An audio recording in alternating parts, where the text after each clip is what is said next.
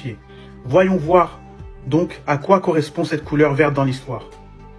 Pour cela, regardons le livre intitulé Hill's Album of Biography in Arts par Hill, publié en 1888. On peut lire à la page 81 le passage suivant.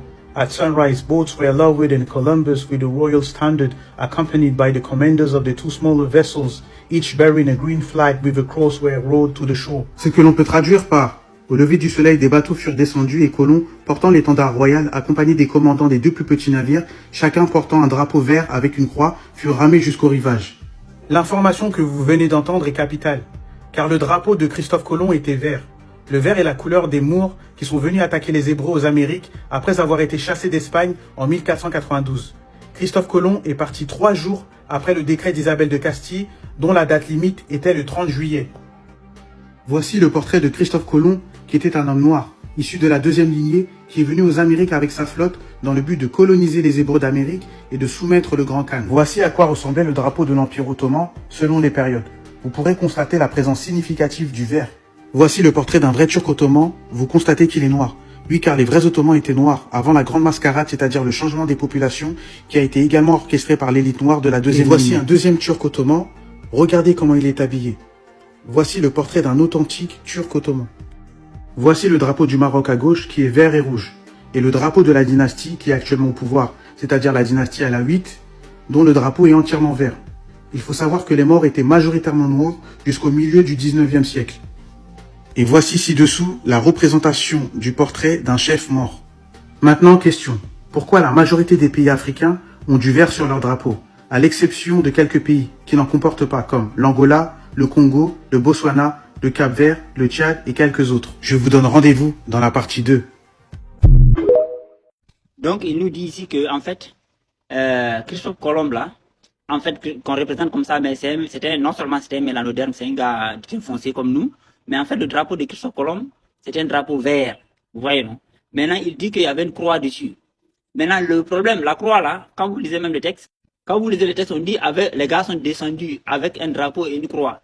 Mais dans le dessin ici, déjà, on dissocie la croix du drapeau. Voilà le drapeau ici, voilà la croix.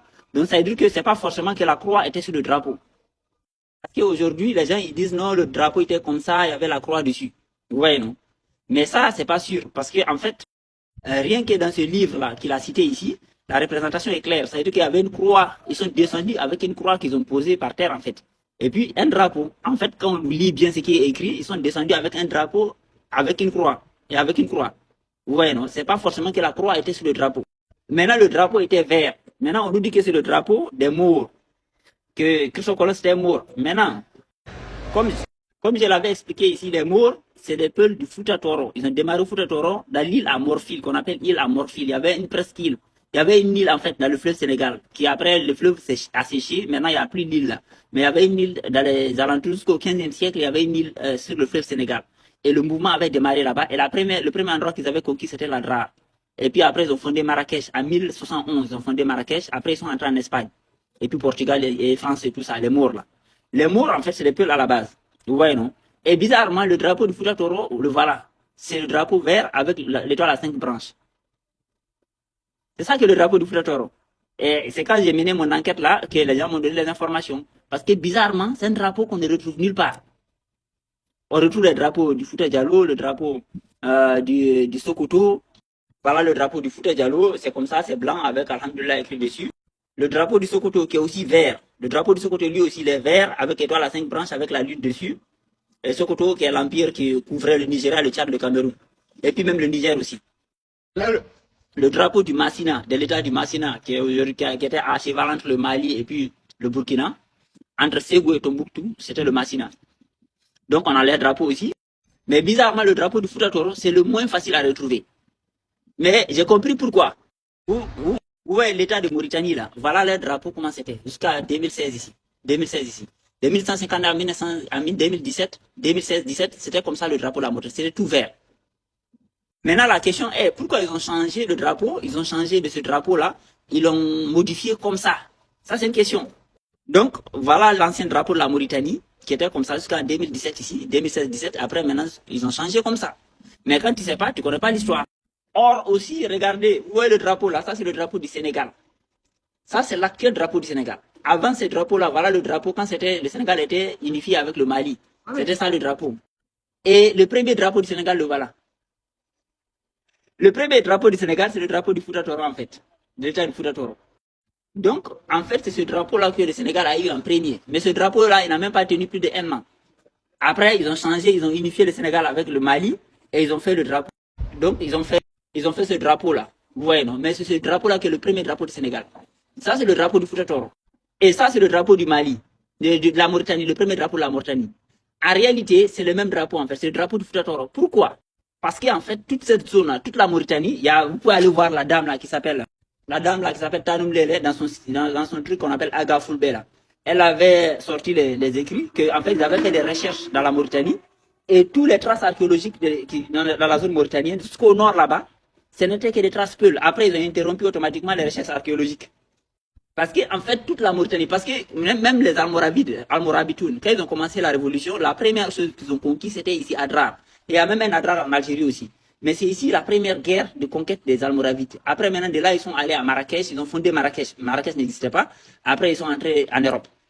Parce qu'en fait, toute la Mauritanie, parce que le Sénégal, normalement, la Casamance, ça, c'est pas dedans, en fait. C'est pour ça que, jusqu'à aujourd'hui, on voit que c'est comme deux pays différents. En fait, tout ça, c'est la zone d'un seul État à la base. Et c'est le drapeau de l'État du Fouta Toro qui était le drapeau de ces deux pays-là, en fait. C'est dernièrement là qu'ils ont commencé à manipuler pour cacher les traces. Vous voyez, non? Maintenant, on revient à Christophe Colomb. Donc, ici, déjà, on a les différents types de croix. Quand on dit croix, c'est pas forcément la croix telle qu'on l'entend. Même les X comme ça peut être une croix, en fait. Vous voyez, non? Il y a beaucoup de types de croix.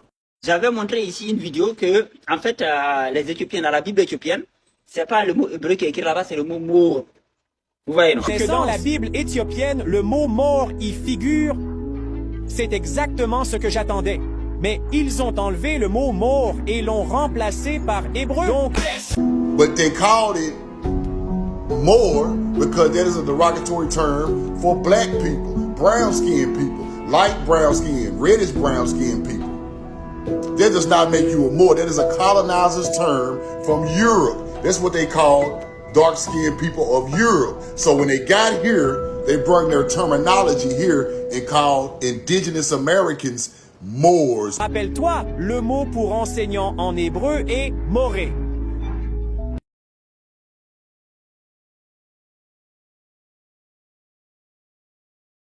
Et c'est lorsque les Maures en Europe ils ont été persécutés, c'est en ce temps qu'ils ont fui pour aller vers la Barbade, Martinique, Guadeloupe, Haïti, Jamaïque et tout ça, ils sont répandus jusqu'aux États-Unis.